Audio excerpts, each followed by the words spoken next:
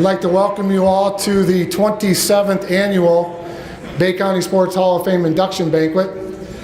My name is Mike Wiest, and you will get to hear me for at least the next 4 or 5 hours, so I will try to have you out of here by 10:30. So if you have a plane to catch, get it changed.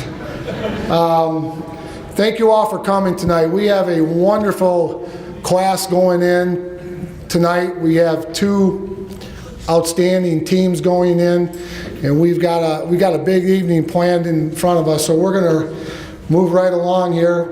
First, I'm going to introduce Bay County Commissioner Vaughn Begic with the Bay County proclamation. Please welcome Mr. Vaughn Begic.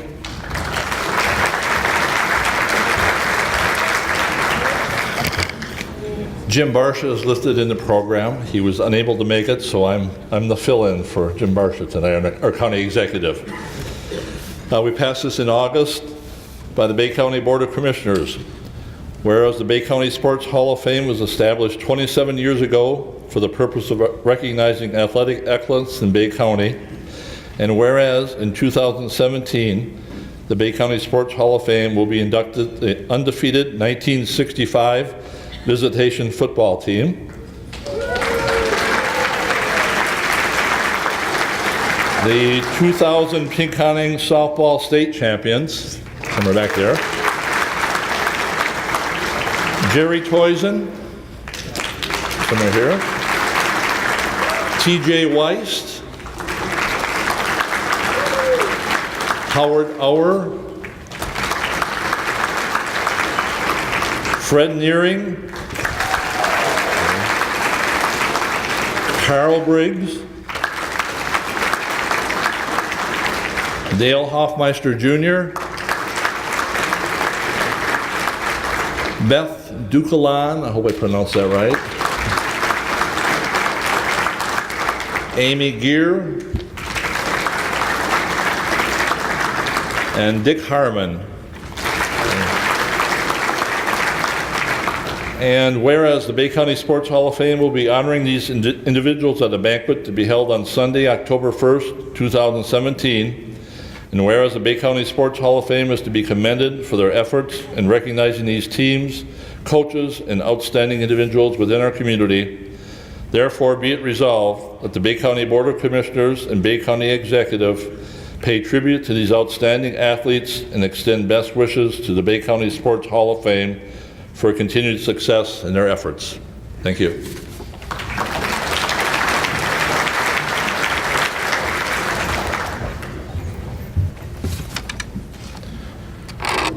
Okay, next up, I would like you to please all stand for our national anthem. And our national anthem tonight will be sung by Bay City Central Senior, Mr. Kyler Searing. Please welcome Kyler.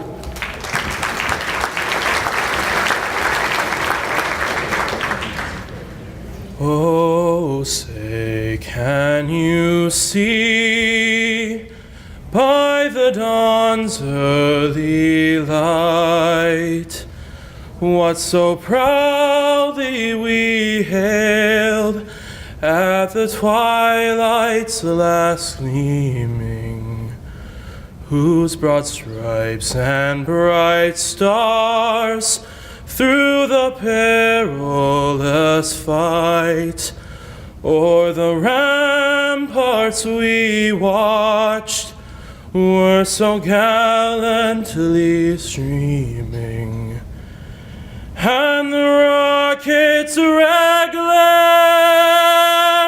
the bombs bursting in air, gave proof through the night that our flag was still there. Oh, say does that star-spangled banner yet wave o'er the land of the free and the home of the brave?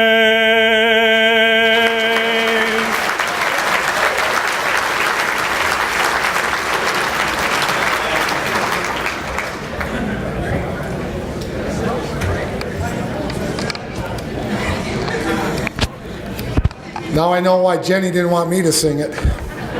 Wow. Very nice job, Kyler. Excellent. Next up for our invocation is Bonnie Kanicki. Please welcome Bonnie.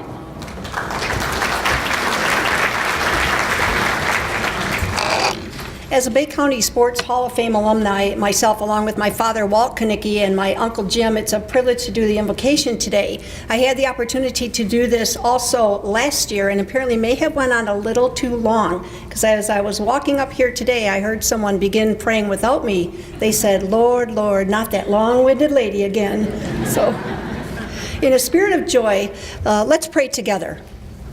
Heavenly Father, thank you for this wonderful day of celebration you've given us. Our hearts are so very grateful for this time of fellowship to honor the accomplishments of our newest inductees into the Bay County Sports Hall of Fame. You have blessed us with a love of sports in our county and a platform through this banquet to recognize and celebrate our honorees today. Thank you for bringing these esteemed athletes forward. We praise you as we honor each for their talents and gifts you have given each one of them, for their spirit of competition, their strong minds, and their ability to both win and lose with grace. We thank you, God, for the life lessons you teach us through our sports, to get back into the game when the outcome isn't quite what we had hoped for, to keep trying, to keep loving, supporting, and encouraging each other through challenges, whether on the field or in life. God, please bless our support people, our village. Thank you for those on the sidelines, in the bleachers, and at home, our families, coaches, assistants, friends, and helpers who were with our athletes in spirit as they were in the arena of competition. Their names may not be printed on an award or embossed on a plaque, but they are deeply imprinted into the heart and soul of every athlete. As we move into the ceremony today, God, we thank you for this meal we share in this time together. Help us keep our hearts focused on you for your guidance, direction, provision, and blessing as we give you all the thanks and all the glory. We pray this in the precious name of your Son, our Savior, Jesus Christ.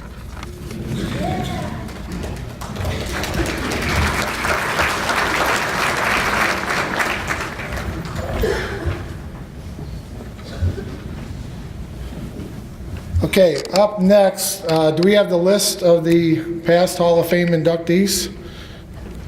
Do we have that list? No, we don't. Okay, I'm going to introduce our board of directors, if I could, please. If they would just either stand or raise their hand.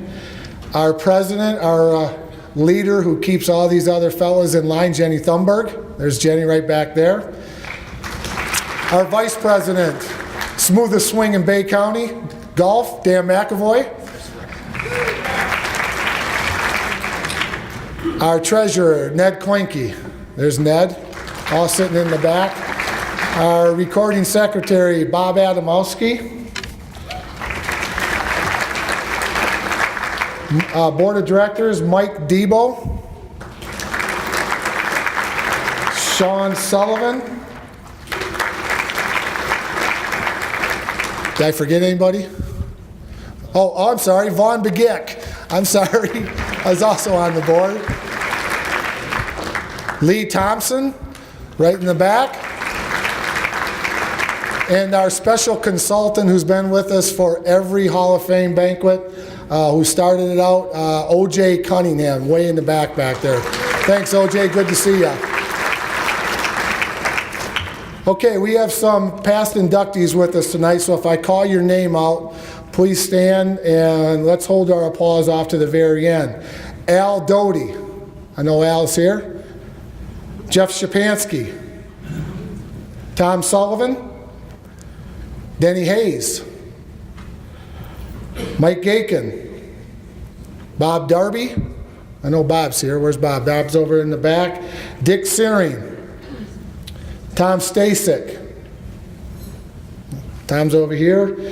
Lee Thompson. We all saw Lee in the back. Art Nixon is in the back. Rod Adams. Mike Darby. Ed Langenberg. Is that here? There he is. Brad Walraven. Where's Brad? There's Brad. Bonnie Kanicki. I know she's here. I just heard her. John Pike. No, John's here too. Greg Lewicki, right up here in front. Harold Holcomb. Jeff Beisel. Where's the old coach? Jack Spencer and his family's here. Mike and Dave. Hi, guys. O.J. Cunningham in the back. Walt Kanicki's family. If you're here, please stand. Walt's in the Hall of Fame. And the family of Barney Golicki, who is also a member of the Hall of Fame. How about a big round of applause for these past inductees?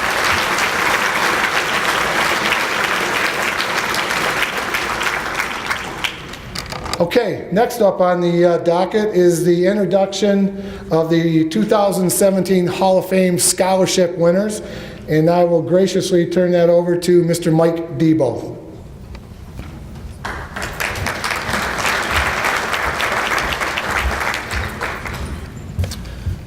I have the privilege to introduce our scholarship recipients, so can I have them make their way up here, please?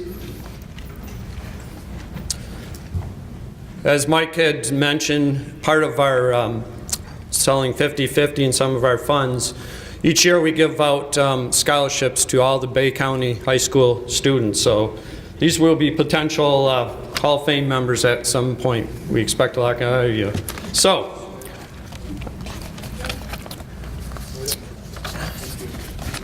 the first one, Marley Bromberg from Garber.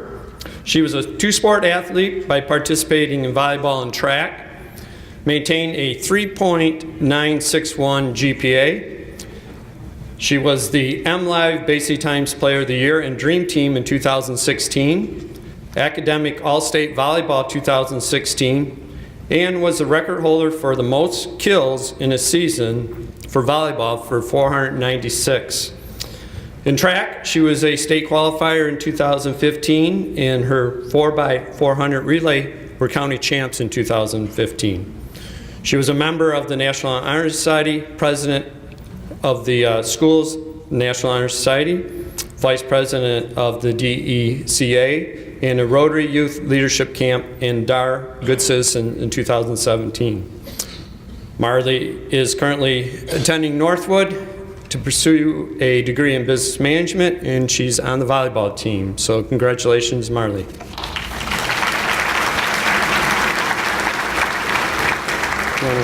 Yeah.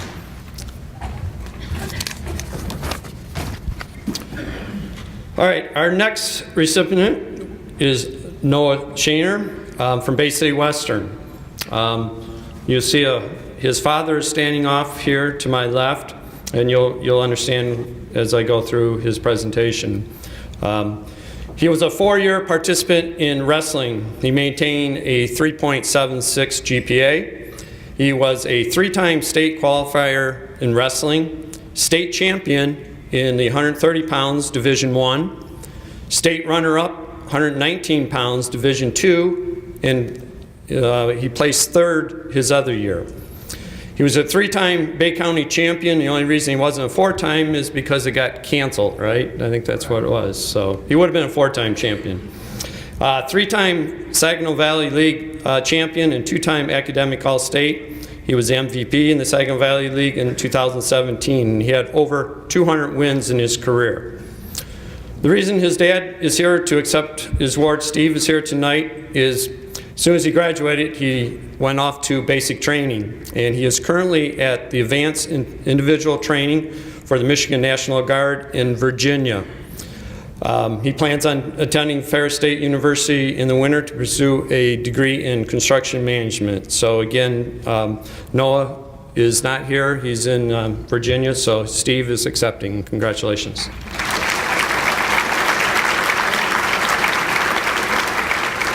Our next winner is Trevor Sutton from All Saints.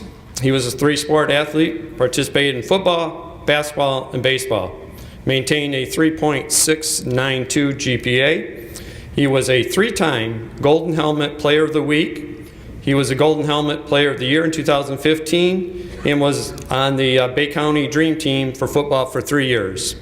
He was 2nd team All-Conference basketball and a 2-time All-Conference baseball player. He was a member of the National Honor Society, the class vice president for the student council, and involved in the first robotics team and Yellow Ribbon Club. Trevor is currently on the football team at Hope and pursuing a degree in engineering. Congratulations, Trevor.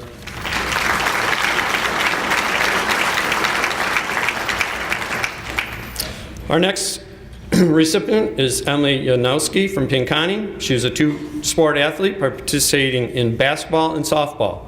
She maintained a 3.3 GPA. She was first team All-State for softball in 2017. In 2016, she was honorable mention All-State. She was M-Live Dream Team for 3 years for softball and also All-Conference for 3 years.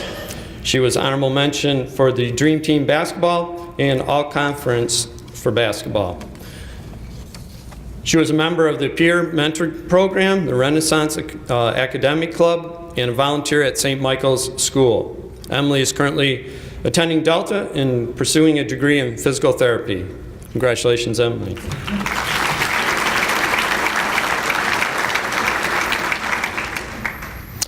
Our final two scholarship recipients will be receiving an additional award, that $200 additional from the Barney Golwicki Memorial Scholarship Fund. Greg, are you coming up? Okay. Greg Golwicki is coming up to give those recipients their checks.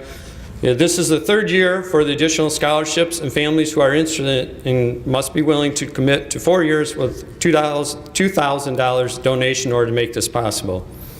So the first one from John Glenn is Kimball Darby. A lot of pressure on you, Kimball, with grandpa and dad, Obviously, Kimball was a two-sport participating in swimming and track. She maintained a 3.57 GPA. First team All-State in the 200 free relay in 2016. A 4-year state qualifier in swimming. 4-time Dream Team recipient in swimming. And she was the M-Live Swimmer of the Year in 2015 and 16. She also was the ISC Conference Champion and the Tri-City Champion. And she also was a state qualifier in the 2-mile run in 2015 and was involved with the track team as far as the NEMC Conference Champions for 3 years. She was also a member of the National Honor Society, Student Council, and the chair of the Leadership Committee in 2016-17. She's currently attending Saginaw Valley and is on the swimming team and pursuing a degree in elementary education. Congratulations, Kimball.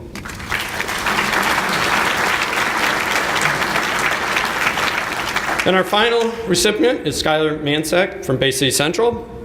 He was a 3-sport athlete by participating in football, baseball, and swimming. He was Saginaw Valley League All-Academic Team in all 3 sports and maintained a 3.85 GPA. He was honorable mention for the Saginaw Valley League football for 2 years, second team for Saginaw Valley League for baseball, and also played in the Colt World Series in 2015 and also in the Pony League World Series in 2012 and 13.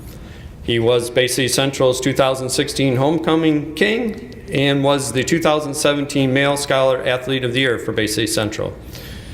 He was a member of the National Honor Society, volunteer at the Dow Family YMCA, the Bay City Fireworks Quiz, how about that? That's good. And the Habitat for Humanity and Relay for Life.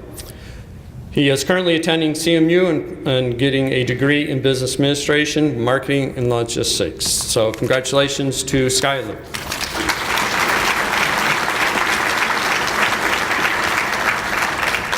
Thank you.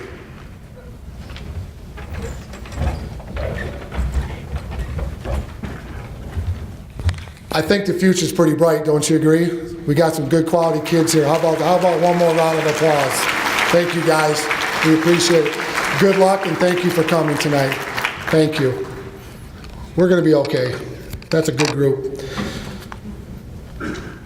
Okay, our next person on the agenda is our president, and she would like to come up and say a few words. Are you doing that now, Jenny, or are you waiting after dinner?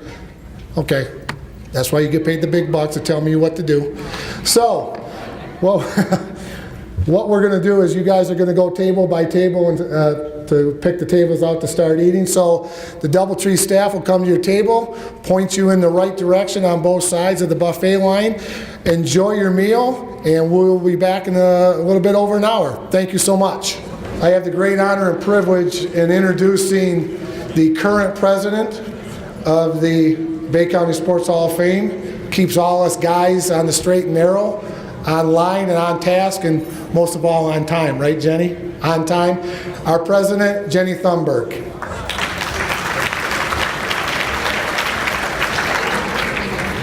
Thank you. I'd like to welcome you all here tonight. This is my second year as being the president of the Hall of Fame, and I'm going to tell you, last year was pretty much a blur. We were moving our display to the Dow Bay Area Family Y. We were updating some things, and we feel like we've taken that step, and we still got some things to tweak, but we're getting there to kind of modernize the Hall of Fame.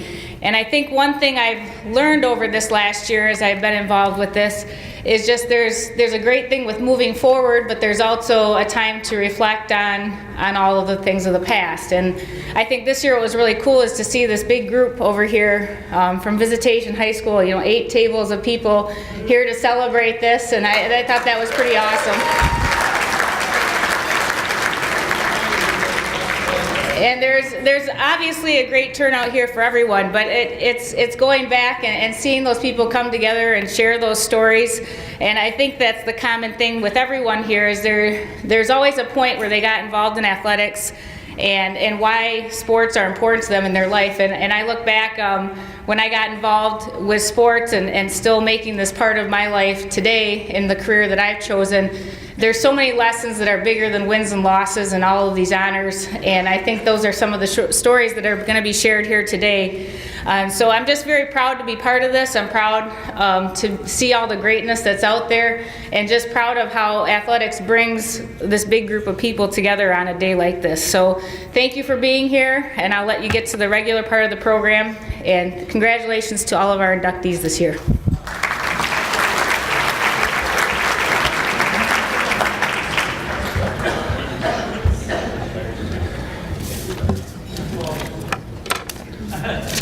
Okay. Our first inductee tonight is our President Award winner, Dick Harmon. In 2003, the Hall of Fame started the President's Award. And this award recognizes major off-the-field contributions to the Bay County sports community. The first recipient in 2004 was O.J. Cunningham, and this year's recipient of the President Award is Dick Harmon. Dick Harmon graduated from Gaylord St. Mary's, go Snowbirds, in 1962. Dick Harmon made his career out of just being there for kids. Dick is in the Basketball Coaches Association Hall of Fame in 2011 and the Football Coaches Hall of Fame in 1994. Dick taught and coached in the Bay City Public Schools for more than 40 years. And he was also inducted into the Northwood Sports Hall of Fame last year in 2016. But Dick and I are very familiar with Western basketball, and Dick's always got a cravings for basketball. Since 1990, he's been the voice of the Warriors boys and girls basketball team and is doing the same at Northwood University. Dick said he still has a love for the game, and in certain situations, he's always thinking of what to do if he was coaching. He has fun with it, but no matter what, wins or losses. Ladies and gentlemen, please welcome to the Bay County Sports Hall of Fame, the voice of Bay City Western and Northwood University, Mr. Dick Harmon.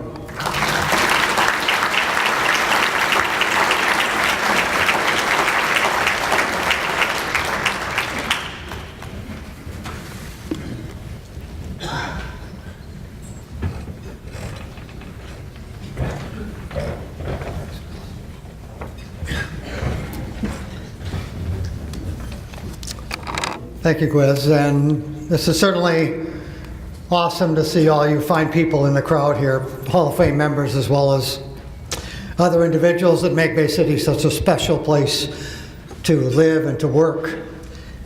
I want to thank the board for their involvement in the Hall of Fame and President Jen Thunberg. I've served on committees with Jen at times in the school district before I retired, and it was a pleasure to serve with her and a great pleasure and honor to receive the President's Award. Also, congratulations to all the other inductees. They're certainly worthy people, I know in events such as this, it usually is a time-consuming issue, but it's very difficult to honor all those people and do justice to them without taking some time. I'd like to recognize my family that's here.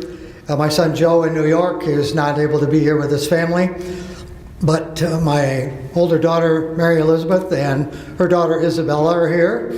Also, my daughter Christiane and her husband Mike.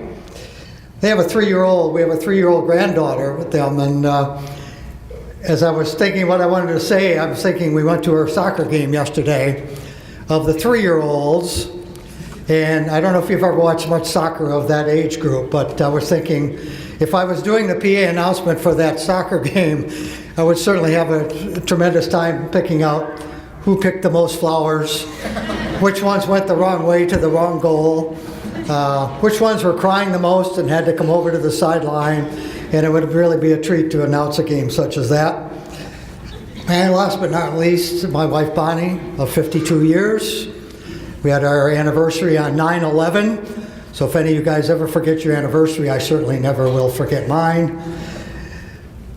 Coaching football, basketball, and even track at the intermediate or middle school level, and then at Western High School, I would be remiss if I didn't mention, particularly at the high school level, some individuals that I owe the learning of sport, a lot of my learning of sports for coaching and how to deal with kids and coaching, how you should work at the coaching profession. And those would be the head coaches that especially that I've worked with, starting with Bill Smiley. Most of these are Hall of Fame inductees here, as well as State Hall of Fame inductees as well. Dick Searing, Al Doty, Tim McDonald in baseball, and I've had great pleasure with them lately with the numerous Valley titles and state championships that they have won and announcing them. And last but not least, I just saw his picture go by not too long before the picture stopped of Jim Banks Ralph, who was a Hall of Fame member, and we lost just a while ago. I would be remiss if I didn't mention him as well. All good men, and I learned a lot in coaching and applied to announcing as well from what I learned. In the 40 plus years that I was in the Bay City School District teaching and coaching, there are a number of individuals, kids that I've seen go by, had in the classroom or coached, or since doing PA announcements for so long, have seen on the court or on the field, and what they've done to go on to successful careers, just like you would see in the teaching profession as well, and come back and share those things with you. Even when I was still coaching football, when the girls' basketball season was still in the fall, I would get done with football practice and hustle back and announce the girls' basketball games as well. So that added a little bit of time to being gone. With the teaching and the coaching and the PA announcing, I guess that's mainly why my wife Bonnie and I've been together 52 years, because she doesn't have to put up with me a whole lot with all the time I'm gone, with all those responsibilities I have. I like to have some fun announcing. I don't know if you've been at some games before. I do it also even at Northwood at the college level at times, but if you've been there, I sometimes go according to the weather, and we have times when I announce all the free blankets are gone on a cool night, and everybody looks around at the box and says, "Did you get a blanket?" "I didn't get a blanket." "Did you get one of those?" Free umbrellas are gone if it's a rainy night, a rainy time. And the sunscreen's gone. If we have weeks like last week, it was 90-some degrees and so on, all the free sunscreen is gone as well. So I like to have a little fun with it once in a while too. I try to be enthusiastic, but you have to be careful sometimes on the mic. Particularly one situation that everybody that was with me remembers from Northwood, being with Northwood for a long time, and Coach Riepma, who has passed, was the head coach at the time, and I got very familiar with the offense that he ran, and we were kind of slumping around on offense, not getting much done. And I happened to leave the microphone on, and I said, "Gal," I said, "when we go in motion, the linebacker bails out all the time with the motion man." I said, "We haven't run the counter in a long time." Well, when I said, the next thing we ran was the counter, and it went for about 40 yards. People are looking up and saying, "Is he making the calls up there or what?" Obviously, people on the field are saying, "Who in the world announced that we're going to run the counter?" So you have to be a little bit careful. it's also a working press box, so there's, supposed to be not a lot of cheering, and especially the NCAA tournament games that I've had the pleasure to officiate, football and basketball at the Woods, so you have to be a little bit careful. The Basketball Coaches Hall of Fame, not the year I was inducted, but I got to meet some special people in the announcing profession. The night it was, Tubby Smith, well-respected gentleman in the basketball world, you may know. When I was inducted into the basketball coaches, I always came to me that it must be that I made it because the games I lost, I helped a lot of other coaches get into the Hall of Fame with the games that I lost to them. And one significant one would be a coach from Flint Central by the name of Stan Gooch. Some of you people may know of him. And I got to bring that up because Judd Heathcote also just passed away not too long ago, as you know, the legendary coach at Michigan State. And when Stan Gooch from Flint Central was inducted, Judd was the keynote speaker. And I don't know if you remember or not, but the Perry drugstore chain that used to exist, most of you I think looking around, many are old enough to remember, the employees of Perry drugstore all wore red sport coats. That was their attire while they were working. Well, the Flint Central coaching staff also all wore red sport coats as part of the coaching profession. So there were about 3 tables in the crowd all wearing red sport coats. And Judd, being the joker that he was, when he came up there, he recognized all the other inductees, and he'd especially like to recognize Stan Gooch, and he'd like to thank the Perry Drugstore people for being here tonight to congratulate him also, with all those people sitting there with red sport coats on also. Kids progress in their careers. Having students and kids of students was special in the classroom. Same thing in coaching, see their kids of players that played for me or that I've seen on the court or on the field. There are several of them, and I know we have a lot of Bay City Central people. I'll mention one in particular that I didn't coach, but that I got to follow their career. There's a young lady at Bay City Central by the name of Sarah Pavlacek. Some of you might know Sarah P. or remember her. Sarah P., I got to see some middle school. I got to announce her Bay City Central games when she came to Western. I got to announce her career as a player at Northwood University, and then she became a staff member and the assistant to the SID at Northwood, and has since moved on in an even higher position at Texas A&M, the Commerce Division II school in Texas. So just one incident of a Bay City student and who's moved on to special things that I was able to follow, and there are any number of those that we could obviously look at. Although not teaching anymore, I love announcing, and since I've retired from teaching and coaching, it keeps me involved in the game and with kids and seeing many of them go on. When I do my first day of school, I would always put on the board for my students in every class and ask them a question of a personal resume I would have that I could use to get to know them better. And I always ask the question, do you think Bay City, meaning the whole area, is a good place to live, work, and raise a family? Well,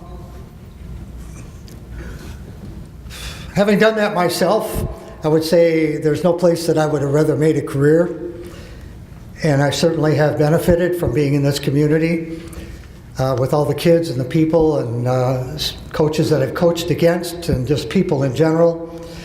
I could bring up, there's one of my famous books, not famous, but one of my favorite books, my grandmother gave me when I first started teaching and coaching. It's a book about the story really kind of John Wooden. Most of you recognize the name as an outstanding basketball man. And the question was on the title of the book. They asked me why I teach. There were a number of things there, and mostly he went through all the things that kids that he had taught in school and coached, what they went on to as teachers and doctors and construction people and technicians and all the things that they had gone on to. And I'd like to close with this because it fits this group as well. At the very end of the poem that was in the book as well was the question, they asked me why I teach. And that was something special to me because I really love the teaching profession. I miss it every day. But the announcing keeps me involved with kids and education in general. His answer was, to ask me why I teach, was as he looked around and remembered all the kids and what they were doing now, his answer was, where indeed could I find such splendid company? And as I look around here, and the people I've worked with, and the kids I've seen and announce even now, indeed, me too. Where else could I find such splendid company? Thank you.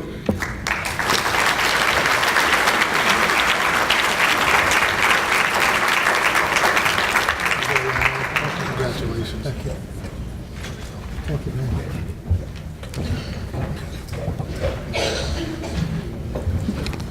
Having coached at Western basketball for 2 years, I think I helped Stan Gooch and Marshall Thomas and all of them get into the Basketball Hall of Fame. If I could get all the individual inductees up to the main table, please, at this time. If I could get all you guys up here, it would be greatly appreciated. So come on up.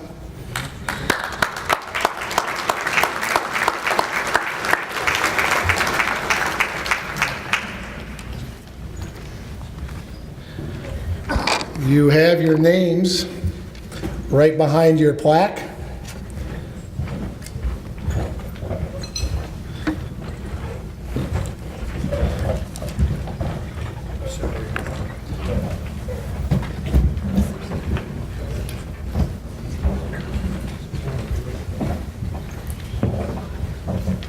Beth, you know where he's going? Sit down. You're right here. You're okay. That's right next to you. Okay. Another great class of inductees here in 2017. Our first inductee goes by the name of Beth Dukelon. Doing it the right way was always the belief for Beth, whether she was a standout at Bay City All Saints, Saginaw Valley, or a member of the Bay City Police Force for the last 24 years. Beth's mom and dad started Beth out with a plastic ball and a bat, and she also learned from the best coaches around, her parents, and also Denny Gino and Hall of Fame coach Brad Walraven. During her tenure at All Saints, she was a third-team All-Stater as a junior, second-team All-State as a senior, and she helped All Saints win their first district title in 1984, reach the semis in 1986, and was state runner-up in 1987. Coach Art Tolfrey said to her that maybe she should switch over to the left-hand side so she could become a type of slap hitter, and Beth never batted right-handed again. Dukelon stepped in as a starter at Saginaw Valley and still ranks among the top 3 all-time for career at-bats, hits, runs, stolen bases, and a .350 batting average. She was named SVSU Freshman of the Year in 1988, and in '89, SVSU went 39-13 and won the NAIA championship played in Midland. The following year, SVSU moved to Division II, where she was a second-team All-GLIAC, and she also played for the DeWise Builders and finished runner-up in the American Softball Association tournament in 1989. Beth also had some coaching in her blood. She was assistant at All Saints for 5 seasons, head coach for the Cougars for 2 years at Delta, and coached the MBS Jets to the 16 and under World Series crown. Ladies and gentlemen, please welcome to the Bay County Sports Hall of Fame, Beth Dukelon.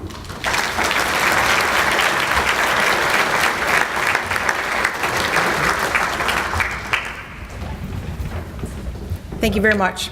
I'd like to take this opportunity to thank the board of directors and the voters who have allowed me to have this opportunity tonight.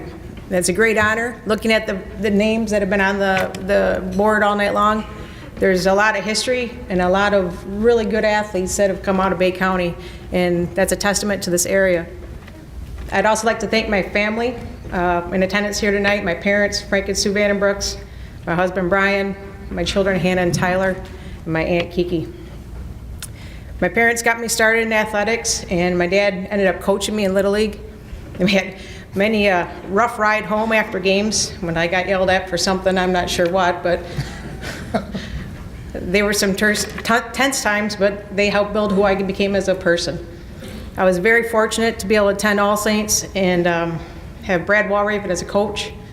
I had Denny Gino, for those of you who are from the area, as a Little League coach in the All-Stars, and they helped form the foundation for me for softball.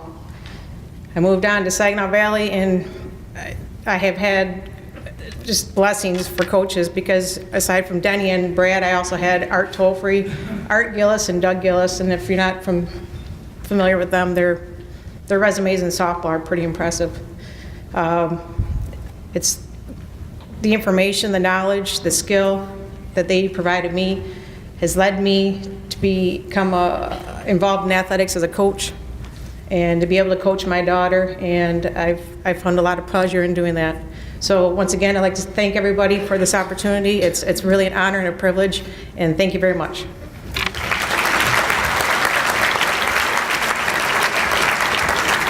Thank you, Beth. Congratulations. Our next inductee for the 2017 Hall of Fame is Coach Jerry Toisan. Jerry was a hard-nosed player who excelled at football, basketball, and baseball.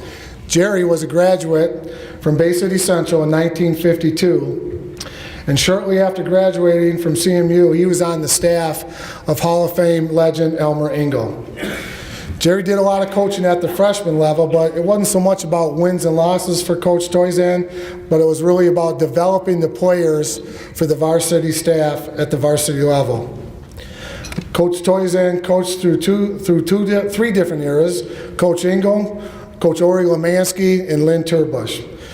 Coach Toisan's son Mike said about his daddy that he was tough, but he was candy in the middle. Jerry also coached basketball at Central and Handy, but his heart truly loved baseball. Coach took over the baseball for Coach Elmer Engel and ran the program from 1964 to 1981. Again, stressing the fundamentals of baseball with effort and repetition. He learned the hard work values from his parents who owned Toisan Coal, and that's where Jerry learned hard work, being tough enough to be a two-sport standout at CMU and have 33 years of coaching and 36 years of teaching math at Bay City Central. 1951, as a senior, he earned all Saginaw Valley League honors, all city, and honorable mention all state. His playing baseball for the Wolves in center field and pitching earned the Wolves a Saginaw Valley League crown. And I got to tell this story. I played for Jerry in Northeast Little League with Pat, and I made the All-Stars. And he had this drill that he made us do. You started at home plate, down to first base, back to home. You remember this? I remember that. This was brutal. And we were only, 10, 12 years old? Down to first base, back to home. Down to first base, back to home. Out to second base, back to home. Down to first base. And he kept doing that. And I'll tell you what, we were in shape. We were ready to play, and we were really fully prepped because he really did teach us the fundamentals. Ladies and gentlemen, please welcome to the Bay County Sports Hall of Fame, Coach Jerry Toisan.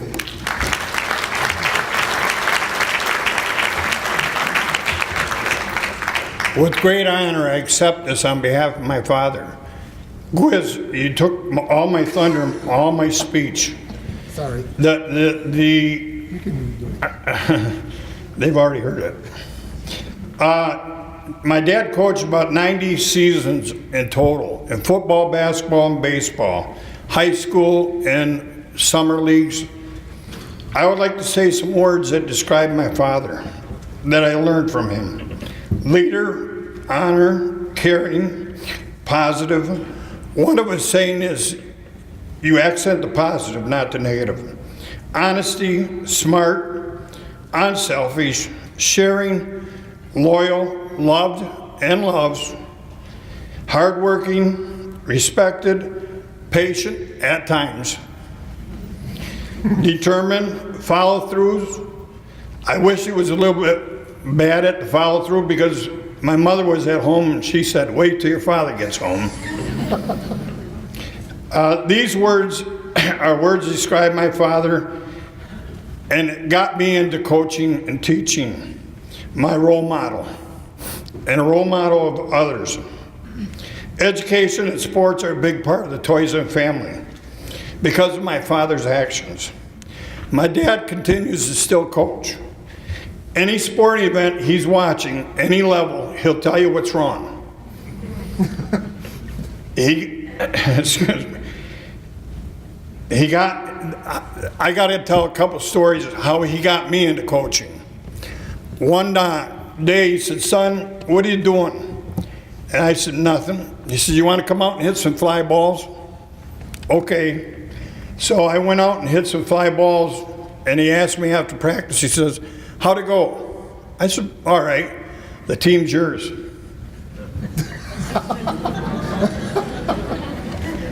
It's true. And I didn't get the good team either. He had a couple summer league teams. The other one was we coached together on a little league team, and I don't know why I didn't make it to tryouts. Next to every name was potential. After the first practice, potential, I don't know where it was. I had to go buy tennis balls. We couldn't play catch. Then, 2 years later, we won the league. Jerry would like to thank the following people. First, his wife of over 40 years, Mary Alice. Second, his family, Dawn, Mike, Pat, and Todd. Grandkids and great-grandkids. Colleagues, players, the Hall of Fame committee, and the people that voted him in. Thank you.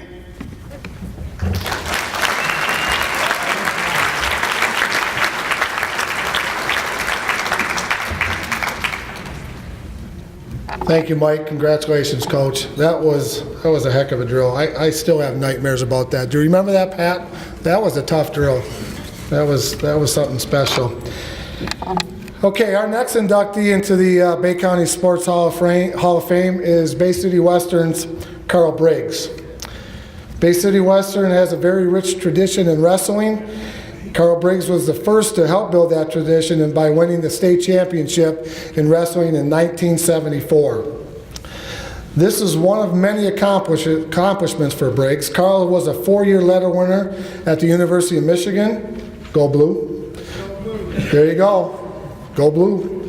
Captain of the U of M team in 1978. That team placed 4th in the Big Ten Wrestling in 1977. He also head coach at Saginaw Valley, where his team was in the top 20 and produced 3 All-Americans. Early in Carl's career, he walked the halls of Bay City Handy for 3 years, and then Western opened up his senior year. Carl moved out to Western following the legendary wrestling coach, Doug Rudebush. Coach knew how to push my buttons and motivate me, he said. Coach made me work that hard to the tone of 118 career wins. He continued with his excellence at the University of Michigan, where he went 31-8 and was the number 5 ranked wrestler in the country. He helped launch the Saginaw Valley State University program with 3 All-Americans and the top 20 ranking, and making it to the national tournament, and again, building another tradition over at Saginaw Valley. Folks, would you please let me welcome Carl Briggs to the Bay County Sports Hall of Fame.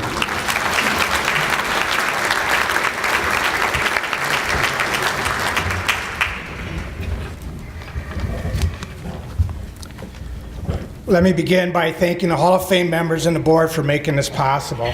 And of course, Lee Thompson for writing such an awesome article, and all my friends and family that helped me to get here today to celebrate.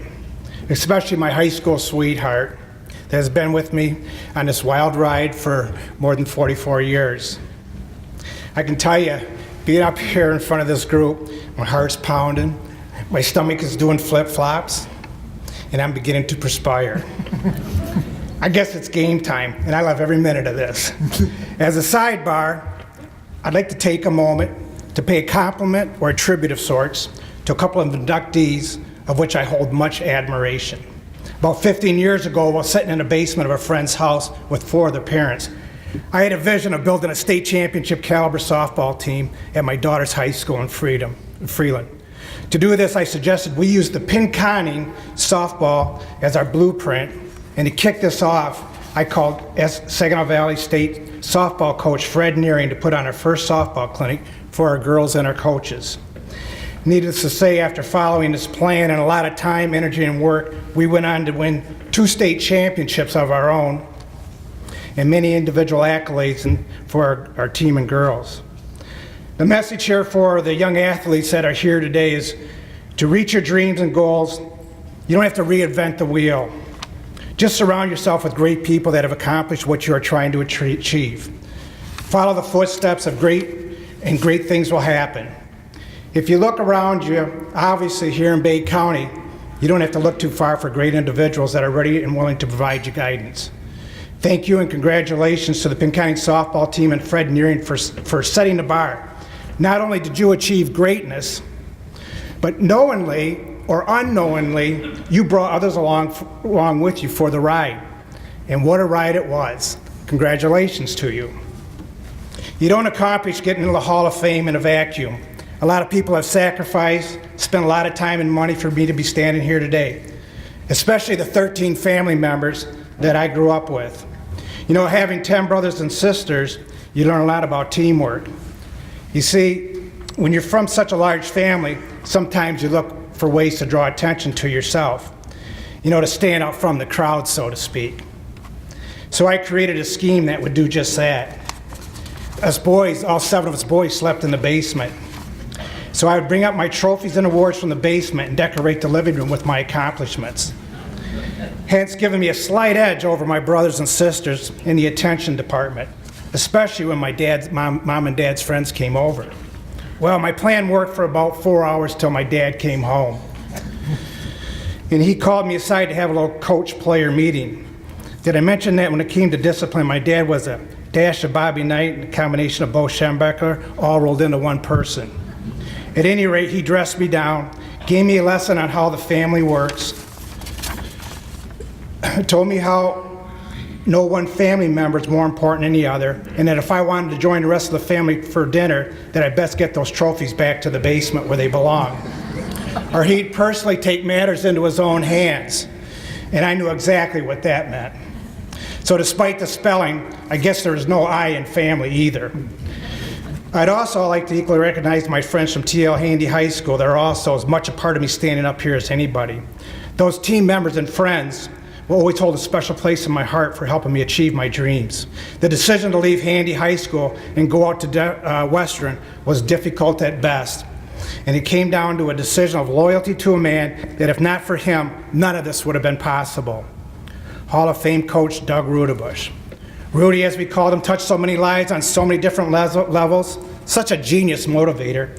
I will never forget, I had a loss to Dave Rodriguez at Detroit Catholic Central. His dad was a coach who wrestled for the University of Michigan and was a former Big Ten champion. It was in the finals of the tournament. The first period, I went out and took him down like a champ, but I got too high and it rolled me through and stuck me. I was aghast, embarrassed, couldn't believe it. Anyway, on that night on the way home, Coach Rudy was dropping me off. I wasn't making the usual small talk. Coach knew I was suffering, looked over at me and said, "Maybe, Carl," he said, "maybe you should set your sights on 3rd or 4th place in the tournament." Like that was gonna make me feel better? Of course he wasn't trying to make me feel better. He was trying to make me a state champion. He knew exactly what to say. It drove me harder, and not to be denied of my goals, I avenged that loss in the semifinals and went on to win the state championship.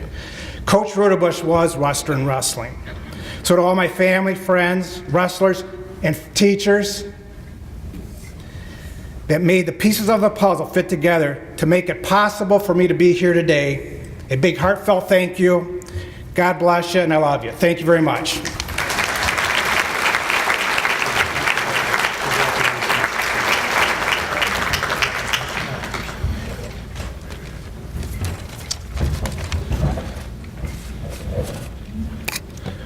Thank you, Carl. Congratulations. Well, it's about time we introduce a team into the Hall of Fame. Our first team up tonight will be the ladies of the 2000 state championship team from the Pinconning area Spartans. The ladies of Pinconning softball team in the year 2000 had no doubt that they would win the state championship. With a great tradition in softball and titles already in 1989, 1993, the ladies were ready to rock in 2000, motivated by the early exit in 1999. The 2000 Spartans had it all: great pitching, stellar defense, and incredible hitting. The Lady Spartans had a very tough road to the championship, beating Mount Pleasant 5-0 in the regional final, and the next game they beat Gladstone 1-0. In the state semifinal, they beat Tecumseh in 8 innings 5-1.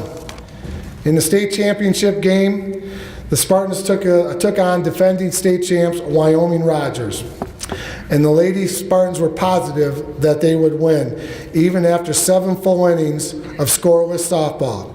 Step to the plate, Jenny Maxson. She took a 2-2 pitch and hit her 7th home run of the season, well past the center field fence. And that day she also struck out 18 batters, was a no-hitter, and the rest is history. Coach Dale Billingsley, who had a record of 280-46, said to the girls, if you want to stand around when they're practicing and watch, buy a ticket. And the girls bought into that. They also said that they will never be forgotten, Coach said, and that this is a very special group. Ladies and gentlemen, please welcome Coach Billingsley and the 2000 state championships, the Pinconning Spartans.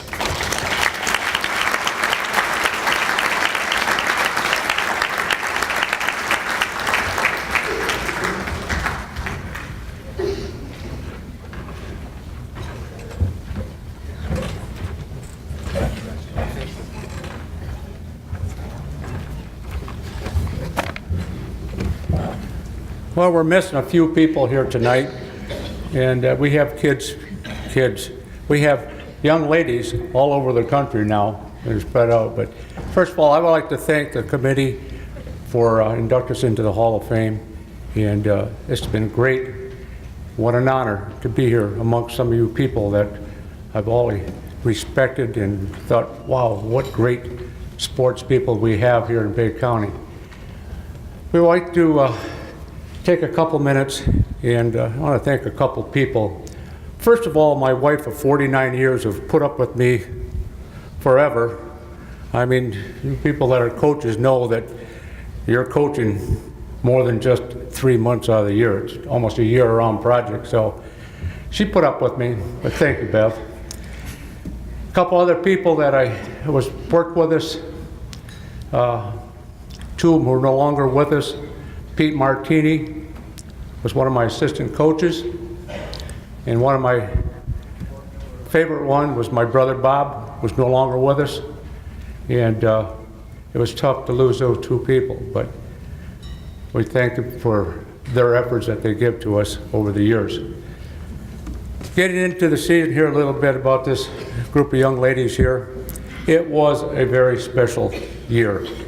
And it was a very special bunch of young ladies.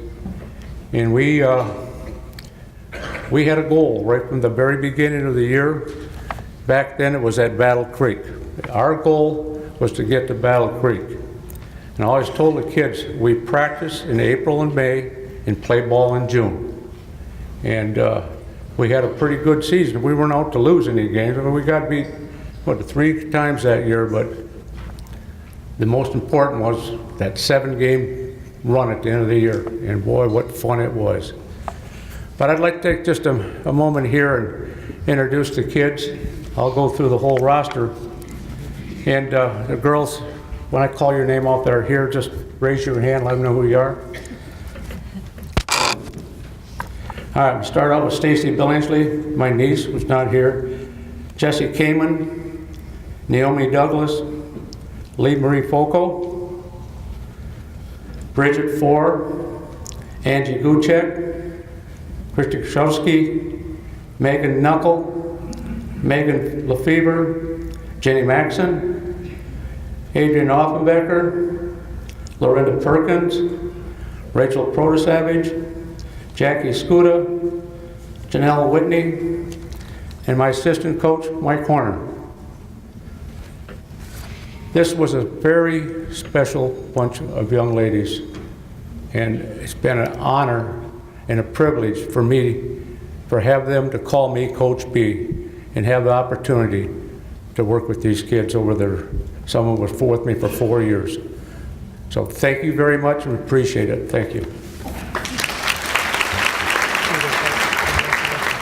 Again, for all of you that bought tickets 50-50 in the raffle, thank you. All that money raised tonight goes towards our scholarships for our 6 Bay County student athletes every year. So all of them get a $750 scholarship. So we appreciate all your hard work. Another thank you before we continue on.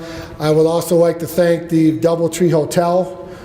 They always do a great job with us here. So I'd like to, how about a big hand for the DoubleTree Hotel?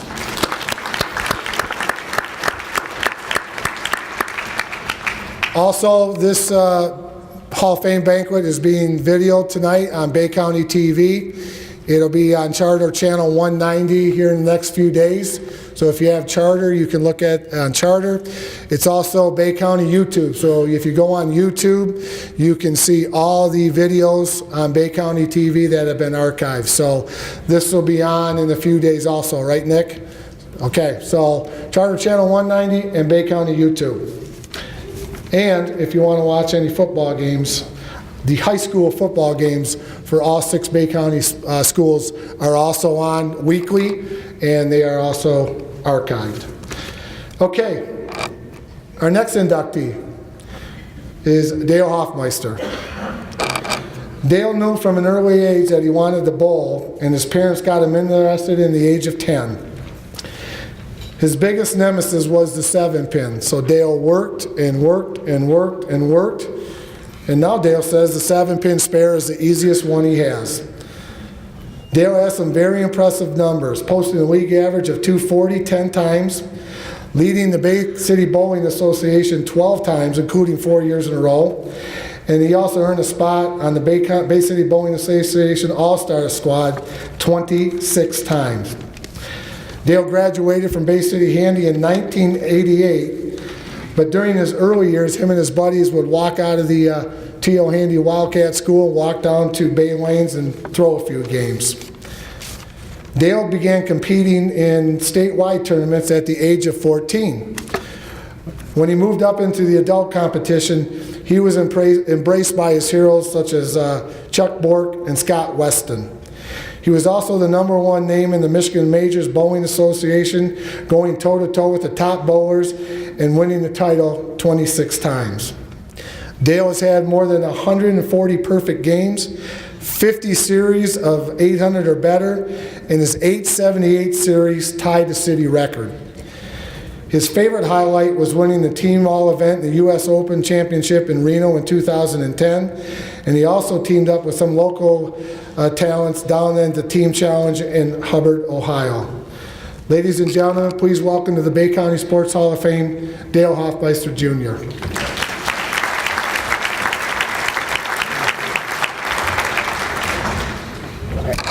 First, I'd like to congratulate all the inductees for this year and all the past inductees. It doesn't really hit you until you come in and you see all the signs with everybody's name on it, the pictures and all their accomplishments. It's really an honor to be included with that group of people. Now, when I walked in the door, before I got to this part, I ran into Lee Thompson, and he told me that he had a large office pool set up to see if the speech goes over 4 minutes, he wins a very large amount of money. He wouldn't tell me how much, but he said it was enough to buy everybody in here a beer. So shortly after that, O.J. Cunningham told me it can't go over 5 minutes. So now the pressure's on. Just a few people I'd like to thank is my parents getting me into bowling. When I found out how much I really liked bowling, I wanted to spend as much time as I could in the bowling alley, so I decided, well, I could work in a bowling alley and spend all my time in the bowling alley, so I talked to Mel Bayat and his wife Cheryl taught me that there was more to bowling than bowling itself. It was fun to be in the bowling alley. The bowlers you see every day come in to bowl their league, to open bowl, It's just great to see those people time and time again. It was there that I actually met my best friend, my wife Lisa, who taught me there was more to life than bowling, which I didn't understand at the time, but now that I have kids of my own and we get to go travel around and watch them bowl and compete with them, bowling's one of those strange sports where you can bowl with your kids and compete at the same time. You can compete with your grandparents. There's just so many fun things you can do with the game. I don't think I got to the 4 minutes. Lee looks happy, so I think it's under that. So I would just like to thank all the board of directors for voting and making this day special for everybody. Thank you.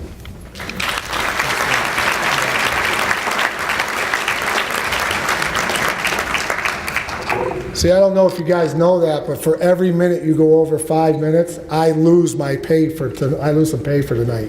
So they take away what I'm doing tonight. So keep it under 5 minutes and I'll get paid. All of, what was it, OJ? French fries. French fries. Okay, I can do that. Our next inductee to the Bay County Sports Hall of Fame is Howard Auer, football player at Bay City Central. Howard was not the biggest player or star on the team, but he was very successful while at Bay City Central and at the University of Michigan, or while he was playing for the Chicago Bears. Howard's favorite line, according to legendary coach Dick Leach, was, "It's not the size of the dog in the fight, it's the size of the fight in the dog." Auer got his start playing for the legendary coach at Bay City Central, Garland Nevitt. He also lettered at Michigan from 1929 to 1931. He lined up along big side fellow Central Wolf Bill Hewitt, and he helped the Wolverines win the Big Ten championship his final 2 years. Auer also competed in wrestling, gymnastics, and diving while at Michigan. Now that's an interesting combination. He was also part of the 1933 NFL championship team of the Chicago Bears. After his playing days were over, he got into coaching at Flint Central, leading the Indians to an 83-39-5 record, 4 Saginaw Valley League state championships, and the 1947 Class A state championship. Auer is also a member of the Greater Flint Sports Hall of Fame. Unfortunately, Howard and his family could not be here tonight, so on behalf of the Auer family, I will accept this award for them. So could you please give Howard a big round of applause?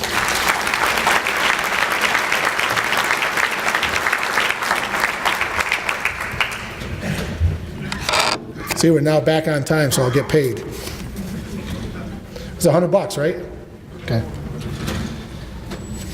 Next, on the going into the Hall of Fame is Amy Grushinsky-Gear.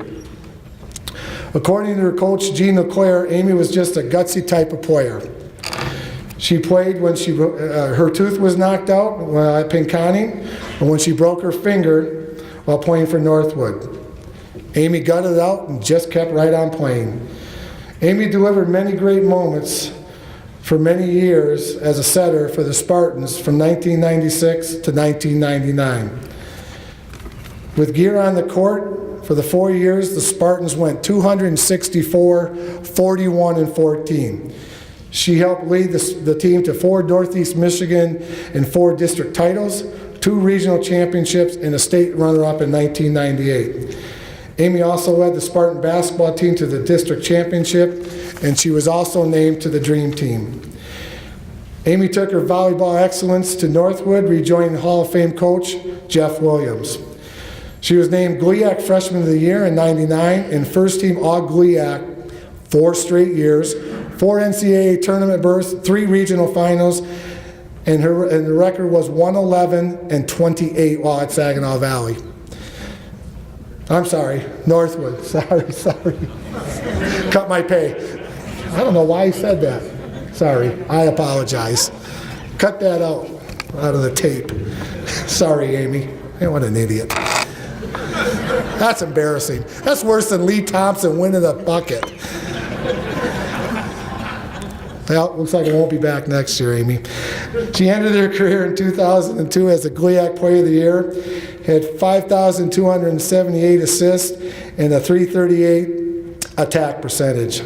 That was a great career at Northwood. Please welcome to the Bay County Sports Hall of Fame, Amy Gear.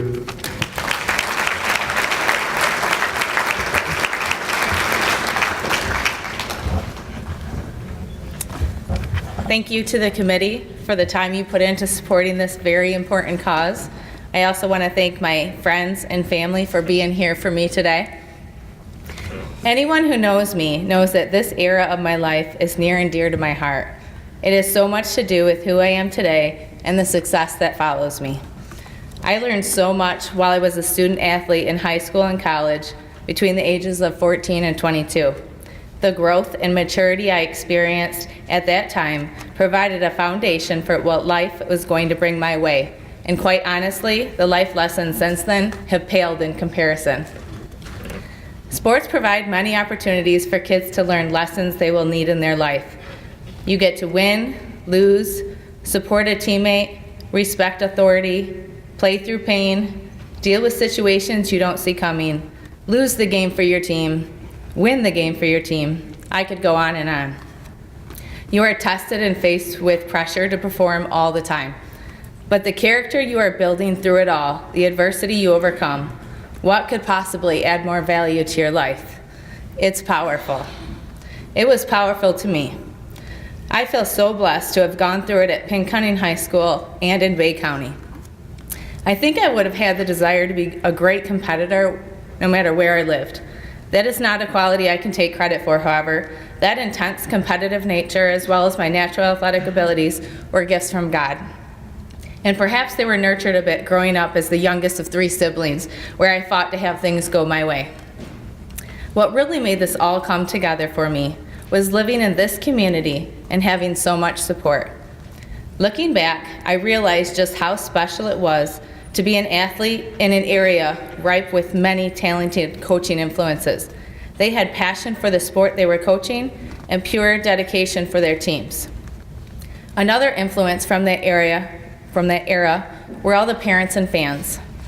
These parents offered unwavering support to their child's teams. I remember the parents' friendships too. I think they had just as much fun as we did. Whether it was bringing a separate cooler of beverages for the parking lot to pass the time in between matches, or creating some unified cheers and chants for great plays. No matter what it was, they not only showed up faithfully, but banded together to provide perfect support for every member of our team. It was like a huge family. Those parents created an environment of love for everyone competing to get out there and give it their all. That was special. My time as a student athlete really was much more than what I would have dreamed it could be. I want to thank you, Mom and Dad, for supporting my dream. My sister, who put up with me, tagging along to all her stuff. For me, the resilient, confident person I am today is largely due to the lessons I learned through my experiences with my teams on and off the court. Those experiences wouldn't have been the same without the coaches, parents, families, fans, and community standing behind us, supporting us. Because of all that today, I stand here as a better wife, a better parent, a better employee, and a better a lot of things. Thank you so much for this great honor, Bay County. I'm truly grateful.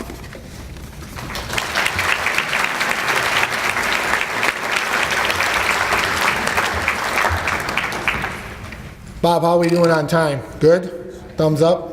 Okay. Our next inductee is softball coach Fred Nearing. Fred truly believed that softball could lead to many great things, and it could open up a lot of doors for his players. Fred served as a mentor to more than 70 college-bound players. Fred was coached into coaching by his daughter Ashley at the Essexville Hampton Little League. He turned them into a powerhouse, winning 3 state championships in the 1988 Senior League All-Stars to a 3rd-place finish in the World Series. Fred teamed up with Hall of Fame coach Brad Walraven to turn the 16 and 18 under teams into powerhouses, ASA championships, and many college-bound players. Fred was also an assistant on the state championship teams at Pinconning USA, and helped All Saints to a state runner-up in 1996. And his classic teams won 4 straight ASA titles from 92 to 1995. Fred helped 6 dozen players play at the college level, including 12 Division I players. He was hired to coach the SVSU team, where he led the Cardinals program for 7 years, ending with 180 wins. Fred was a graduate of St. John's High School, getting his degree from CMU, teaching in the Essexville School District and coaching softball with what free time he had. Ladies and gentlemen, please welcome to the Bay County Sports Hall of Fame, Coach Fred Nearing.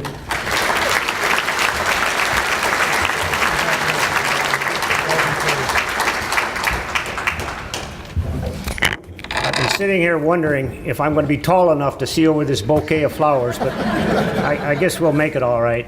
I really would like to thank the Hall of Fame committee for your taking the time to review all of the letters of recommendation that were written on my behalf.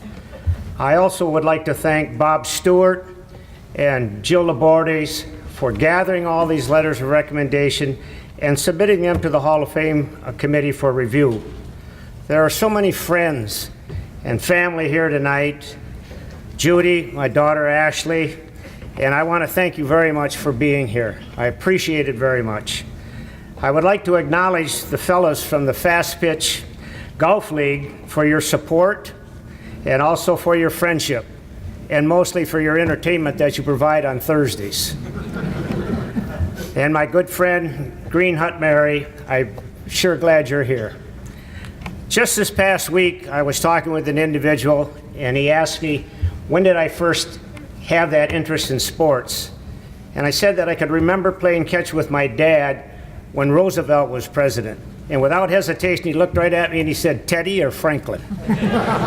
So when you get older, there just isn't any respect. One of the first letters of recommendation that I received came from a former president of the Hall of Fame committee. And what I appreciated most about his letter was that he didn't mention anything about wins on the softball field. He spoke of the effort to help girls get to the next level and the importance of attaining a college degree. Denny Hayes, thank you very much.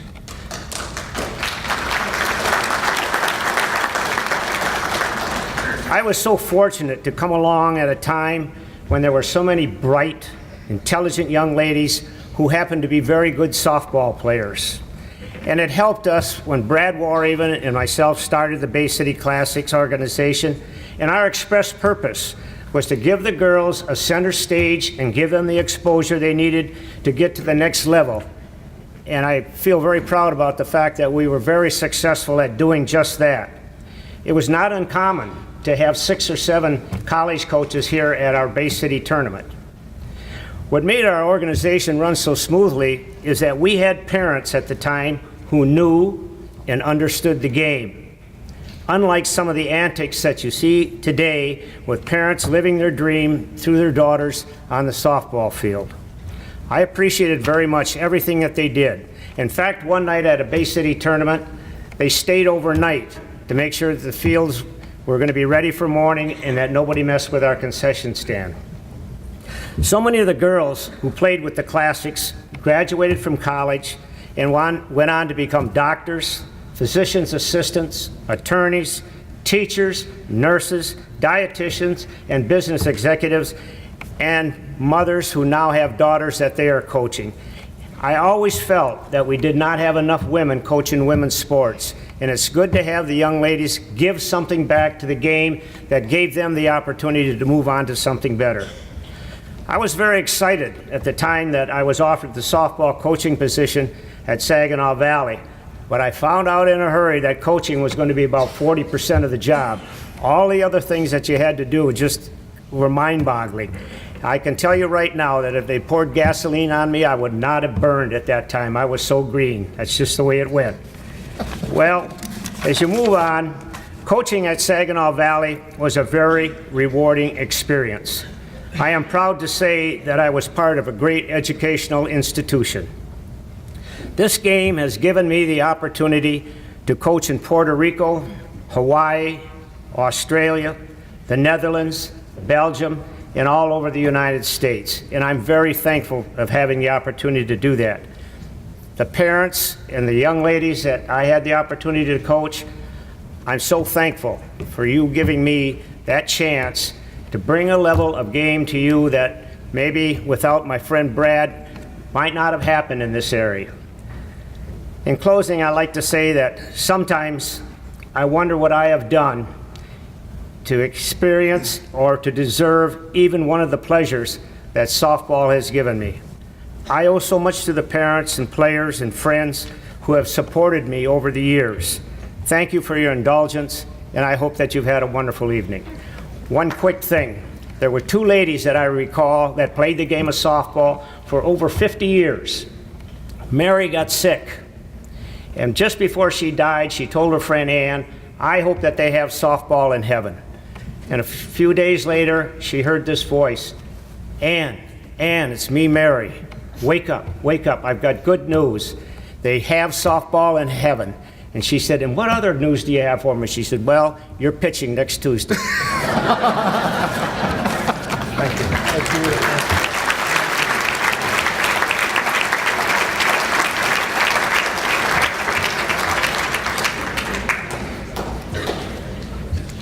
Thank you, Fred. Congratulations. Okay, our second team tonight that's going into the class of 2017 is the 1965 Visitation undefeated football team. 9-0 Valley Parochial League record champions, and they were number 10 in the state in Class D, NC. Head coach for the Panthers at the time, and you might know this gentleman, was Wayne Fonts, a big-time coach in the making. Fonts had a great career at Michigan State University and spent one season with the New York Titans in the NFL. In 1964, the Panthers went to a 5-2-1 record. But in 1965, they went undefeated, and they did it with 220-pound bruising fullback Tom Sakowiak, all-state linemen Keith Volk, and speedsters Dan Norgan and Dan Garvilla. The discipline on the team was extraordinary. Shirts, ties, single file from class to class, Sister Mary Kathleen in the hallway. I know what I know what you're going through. 13 years of Catholic education. I know exactly. I had a Sister Kathleen. Discipline was huge for Fonts and his assistants Rex Bowman, Stu Gillard, Dick Manor, and John Fernier. That year, the Panthers only returned 5 starters in 1965, but they were a close group and allowed only 34.8 yards per game rushing. Ladies and gentlemen, it is my honor to introduce the 1965 undefeated Visitation Panthers and Tom Sakowiak. Please welcome them to the Hall of Fame.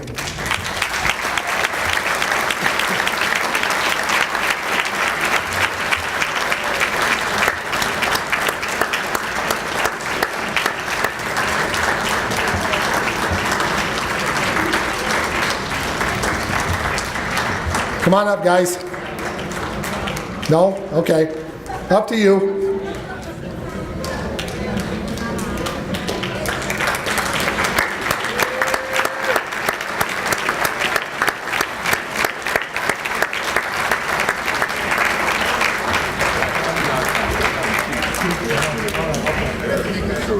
Yeah, okay. Sorry.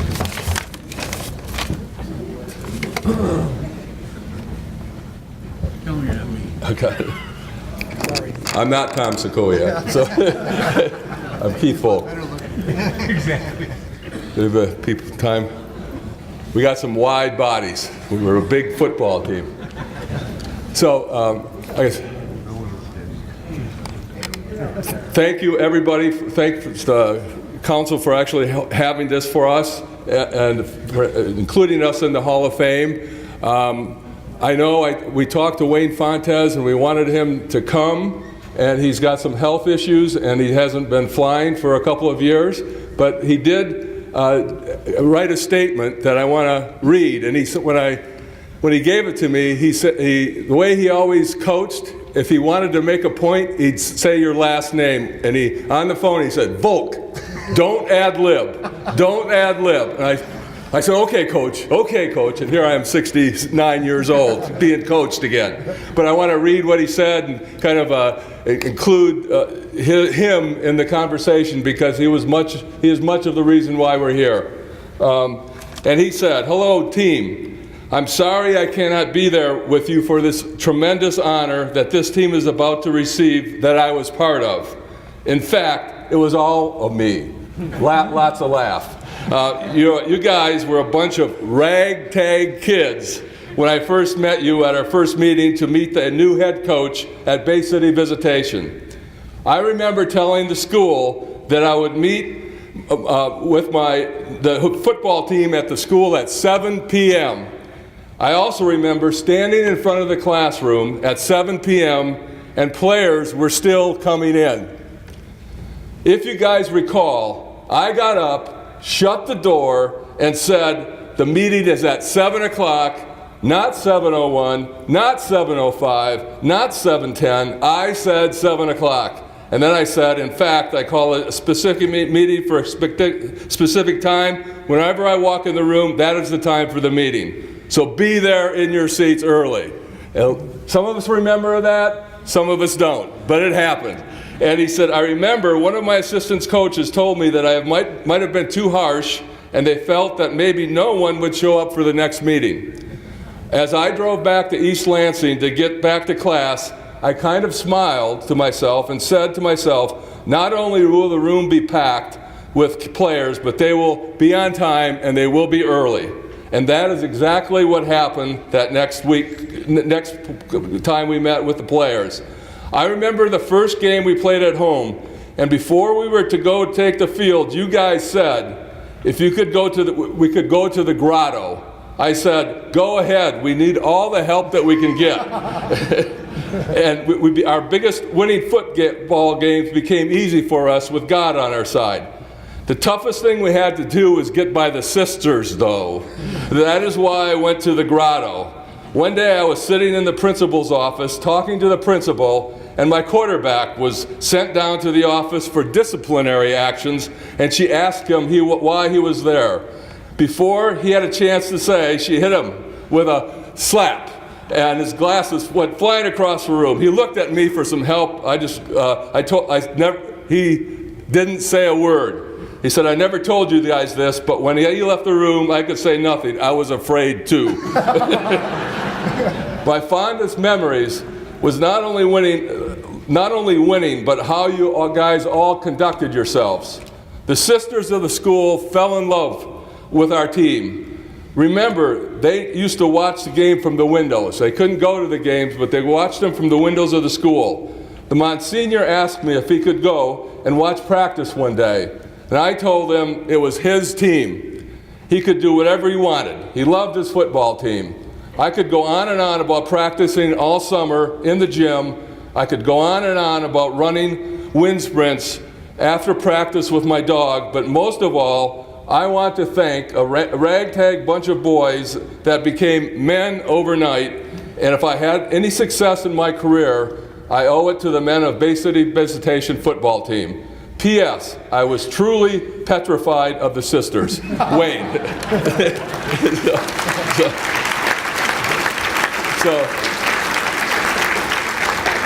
And if you heard a couple times, ragtag. This is the ragtag group of people who went 9-0 back in 1965 in a parochial football league when there are as many parochial Catholic schools in Bay City as there were bars. So it was really, and it was a wonderful experience, and I want to introduce the team members.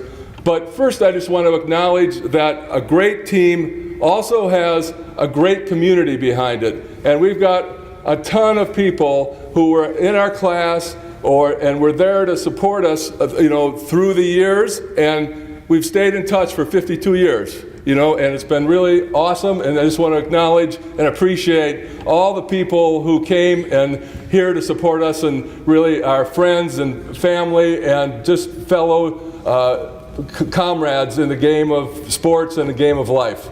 So I want to acknowledge them right now, okay? Can we acknowledge them, please? Thank you. Raise your hand, yeah. Great.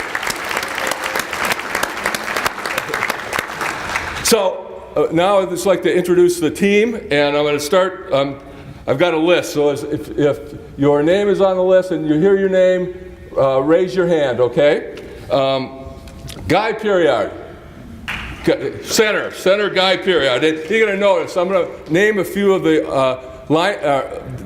running backs, and they were big. They were bigger than our linemen. So, Dennis Mahoney. Raise your hand, Dennis. Over there. Oh, there, Dennis, get over here. Mike Tarkowski. Great. Dan, and we have some people who aren't with us any longer, and really what's really cool is that they've had family members come with here, and Dan Gambarilla is deceased and passed away, but his mom, who's 95 years old, has come to be here for tonight, as long as his brother and his wife and his child, so it's really awesome. Tom Sokoviak, running back. Tom Sokoviak, Mike Scheck. Right, look at Mike Scheck. Right, okay, thank you.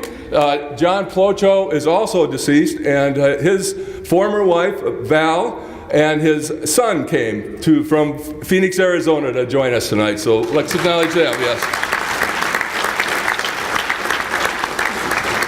Don Norgan, another running back.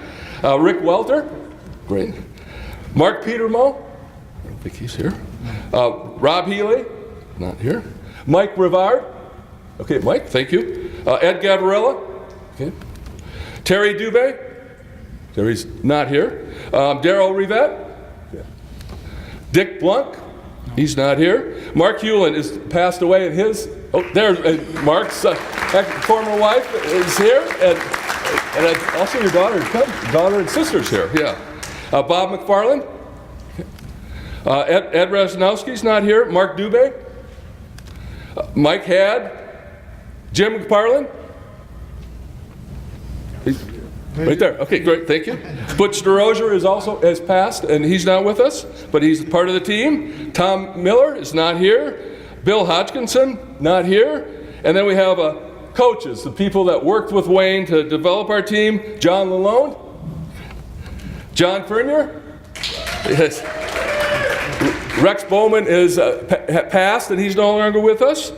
Dick Manor, Steve Gillard, and that's it. And so this is our team. Thank you so much for this honor. We love it. We were delighted and surprised to be here, and we just thank you so much.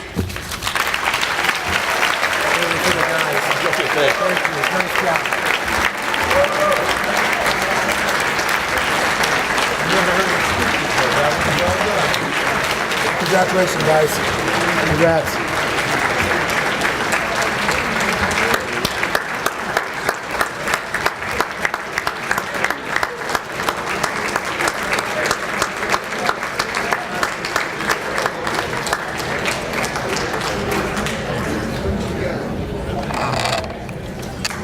Congratulations, fellas. That's quite an honor, and thank you all for coming, bringing your family and friends here tonight.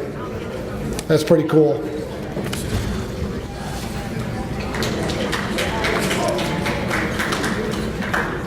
Last but certainly not least, we have our final inductee of the evening, and that is TJ Wiest. He was a tough-nosed football player and coach who never backed away from a challenge. The 1983 Bay City All Saints graduate has made his way up the coaching ranks over the last 28 years.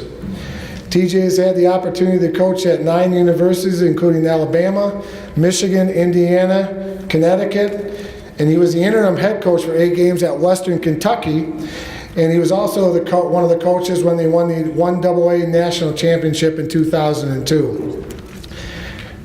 TJ was a three-sport star at All Saints, but when he wanted to go to Alabama, he had to sell his car so he had enough money to go down there. By the end of his senior year at Alabama, he was the lone walk-on remaining of the 40 that tried out. And he earned a varsity letter, and he was also a graduate assistant on the staff. His next stop was Michigan, working under Gary Moeller and also working with Heisman Trophy winner Desmond Howard. He also coached at Southern Illinois, Tulsa, Indiana, Cincinnati, Connecticut, and he's also the offensive coordinator at Connecticut. He also worked for Jim Harbaugh as an offensive analyst in 2016, and he was the offensive coordinator at South Florida.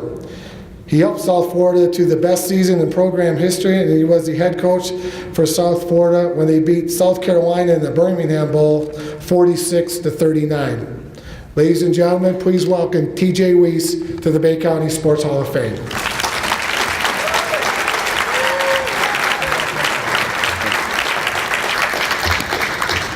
Just like to thank the committee, thank the voters and everything. It's an honor really to be here. Don't really think I deserve it. I've been gone, for 34 years. And I've never really thought about what Bay City has meant to me and what it's done for me and influenced me in coaching. Like Wiest said, I've been a lot of different places, and I'm going to continue to coach. I'm about halfway through because I've got twin daughters that are 2, so I got about 20 more years of coaching. So I've really had to really sit back and think about what Bay City has meant. Getting ready for this talk and what it's meant to me, influencing me in coaching young athletes, being a part of a team, everything that's been involved. I have to thank my family for being here, my mother and father, Dan and Mary Lou, a great inspiration to me, my brothers and sisters, my teammates at All Saints and St. James that have been loyal through the years and followed me all the way through here tonight. I can't tell you how much I appreciate that coming back. And it's fun coming back, seeing Bay City and seeing what it's become. But I've really had to sit back and think, because what is Bay City to me? What has it meant since I've been gone so long? And I've always kind of assumed that being involved in some big programs, Michigan and Alabama and some of the other programs, that those places have defined really who I am as a coach. And it really hit me that they didn't, because I started to think about the sports and what sports is, not just football, but all sports. And it's about inspiration and how I did what I did. I don't think what I did is anything special, but I try to inspire my players, my teams, anybody else, any athletes that come up to me. And we're all in sports in some way, so it's inspired all of us. But it's about that inspiration. Sure, it's about the teamwork and everything that makes us good people and good parents and good husbands and wives and all those things, all those values that the game teaches us. But it really comes down to inspiration in life. And it's been hitting me in the last couple weeks about everything that has inspired me and continues to inspire me about Bay City and about the sports of Bay City, about the athletes, about the coaches. The coaches that coach me, whether it's Coach Toisan in Northeast, or whether it's Coach Beisel at Bay City, and Lefty and Coach Kanicki and all the coaches that have had an influence on me, and all the players and all the names that come to my mind when I was little. When I was playing ball at St. Stan's, when I was playing down at the courts down at St. Stan's, all day long. When I was down in the First Ward playing basketball, playing street football, playing baseball at any field you could find, any patch of grass or cement or a wall. And kids don't do that today. They just don't do that. I got a 9-year-old, I can't even let him out across the street without watching him or thinking I'm going to go to jail because he's walking to school 3 blocks away.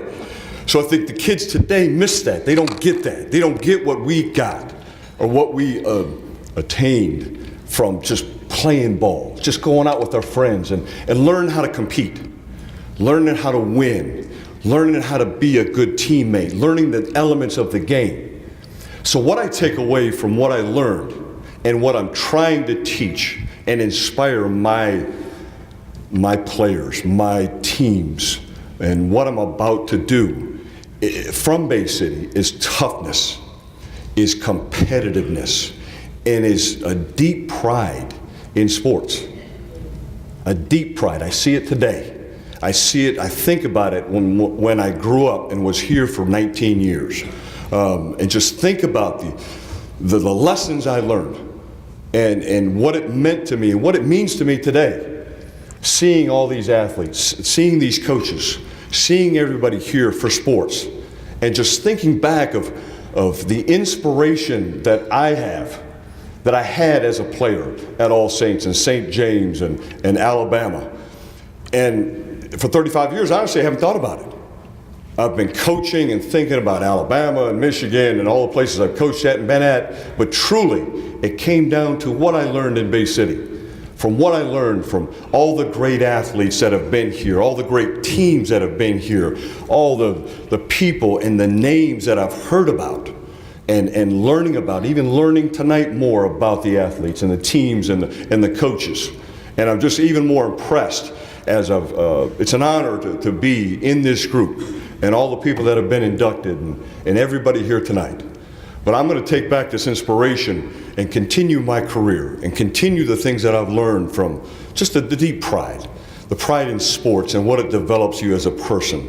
Not just playing the sports, but as, in your life and inspiring other people. And, me as a young player, I was inspired by the athletes that are in this room, the coaches that are in this room that I never knew. And, one of the stories Lee put in the story was, I go to Alabama and I'd never really been there. I grew up here my whole life. I didn't know Alabama. And the heroes that we see on TV, whether it's Joe Namath, Kareem Abdul-Jabbar, even the coaches, those icons, Michael Jordan, those are heroes to players, but they're unattainable. You don't know them. You might know their story, but they're not living next door. They're not friends to you. They're like out there. But when you're growing up as a player, you hear about players and their stories, and they're in your neighborhood, they're on your teams, they played at your schools, and they're real to you, and they inspire you because you see their success. And that was the difference.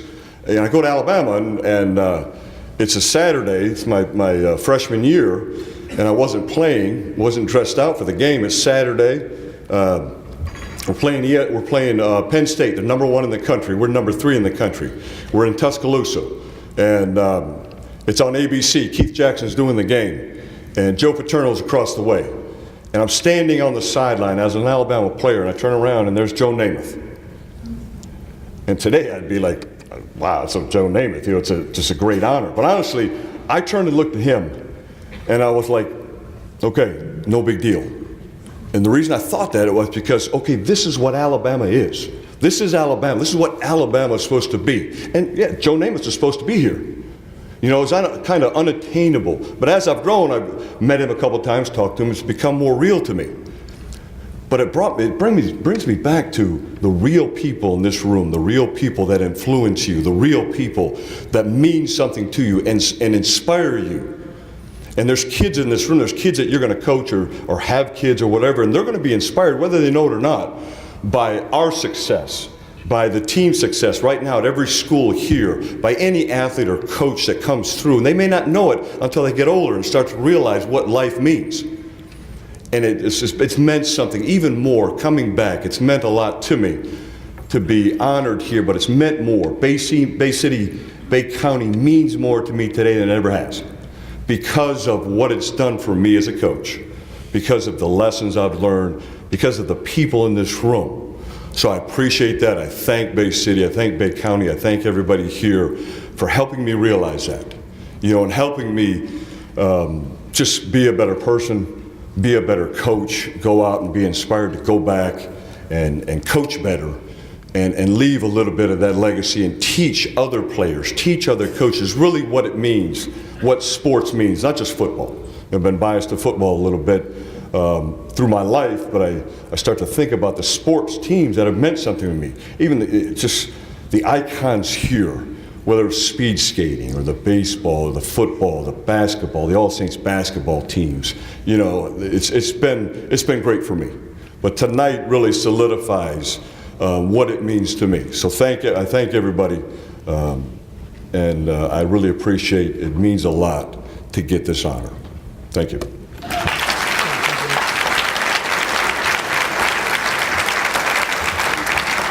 Thank you, TJ. Well said. If you could, folks, this is the end of the banquet. I think what we're going to do is we're all going to stand up. We're going to give all these inductees and these two teams one more standing ovation before they leave tonight.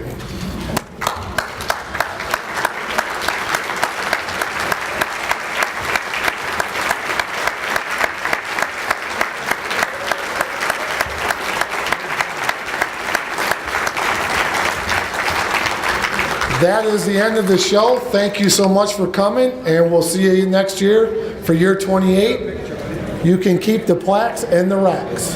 Those are yours. Thank you. Have a safe trip home.